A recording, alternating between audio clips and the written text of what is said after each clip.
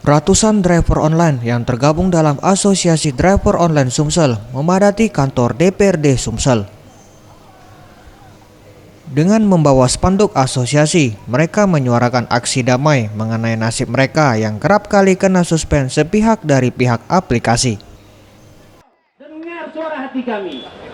Kami yakin saat ini mereka ada di sekitar kita. Tetapi ini adalah suara kita. Kita menuntut ketika ada suspend, tolong dipertemukan dengan yang membuat komentar tersebut. Setuju atau tidak? Ketua Ahmad Arfin menerangkan, dalam aksi tersebut diikuti oleh sebanyak 3.000 orang driver dari seluruh Palembang.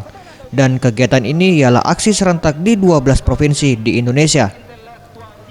Dalam tuntutannya, para driver online meminta kepada pemerintah untuk membuat peraturan yang mengikat terhadap pihak aplikator agar membatasi kuota penerimaan driver baru. Saat ini ada total 5.000 orang driver baik roda 2 dan 4 yang beroperasi di Palembang. Tim Liputan Sriwijaya TV.